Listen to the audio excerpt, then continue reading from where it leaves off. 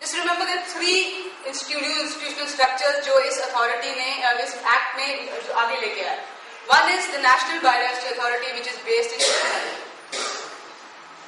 And this is the most critical body where a lot of these access applications are currently being processed and cleared. It is an extremely centralized regime of clearances, and following that, every state had a state biodiversity board. About 20 to 21 states in the country currently have the boards. 20-21 states में biodiversity board set up हो गए हैं. Around बाकियों में अभी ये प्रक्रिया चल रही है. Process is on. And at every village level or urban ward level, there will be a biodiversity management committee. So this institutional structure was brought into place in the year 2002, 2003 actually, and 4 when the rules really came into place and the process really started.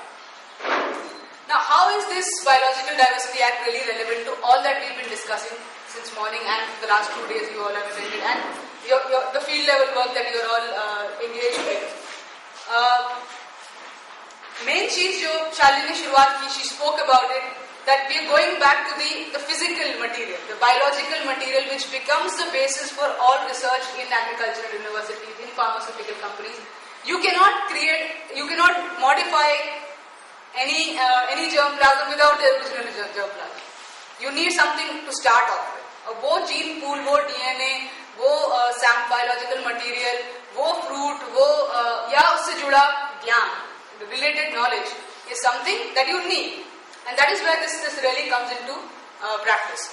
So that is why one of the foremost thing that for us to remember is how is access to that very biological material dealt with in the Biological Diversity Act. Is there a question? Okay. What is the broad procedure? The procedure, I don't know if this is visible.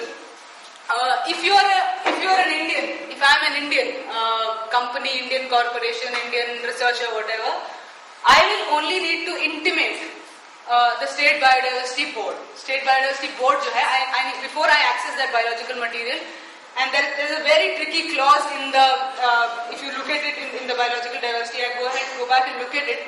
It kind of confuses you, because finally if you really read it in legal terms, it says access for biosurvey, bioutilization for commercial purpose. So if you're doing it for any other purpose, you technically don't need to intimate. But you can, that is where lawyers and legal interpretation will be very critical. Just read how that clause is framed. Because initially even I thought any kind of use means, you need to intimate biological material. About a week or 10 days back, we were reading it again. And when you're reading it again, actually very legalistically, it is only for commercial utilization. So, if I'm an Indian institution, Indian agency, I need to only notify the State Biodiversity Board unless and until मुझे उस पर intellectual property rights लेना है, patent लेना है, geographical indication या कुछ लेना है. So if it is intellectual property right application, then I have to go to the National Biodiversity Authority and take permission. If I'm a foreign agency, and foreign agency etc. is very clearly defined in the Biological Diversity Act. So if it's MAHICO will be an Indian unless it's an intellectual property right. If it is Monsanto, then it becomes a foreigner. So that is the difference that we need to look at, and those are the loopholes of the law. How it really differentiates. Finally, it is the same. It's Monsanto, MAHICO together.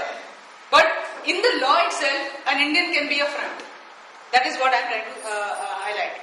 So if it's a foreigner, for access for any purpose, commercial utilization, biosurvey, bioutilization, transfer of that research result outside the country. अगर कुछ मैंने यहाँ पर research किया, उसको किसी lab में बाहर test करना है, तो उसका permission और उस lab को फिर वो permission लेना पड़ेगा.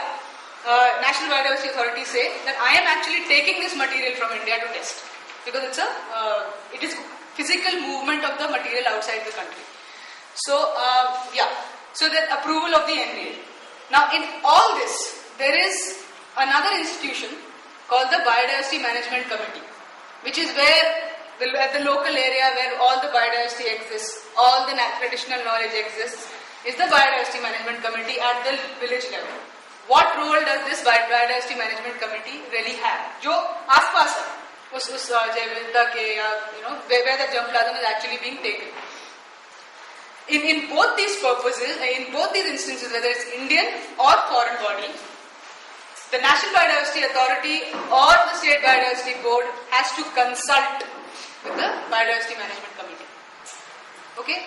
And I'll discuss much more of what really is happening vis-a-vis this. This is very, very clearly, by law you're supposed to consult. Not take consent, supposed to consult. Slight difference in terms. Okay? So very broadly this is the axis. Now where is, what is not applicable in this? Now,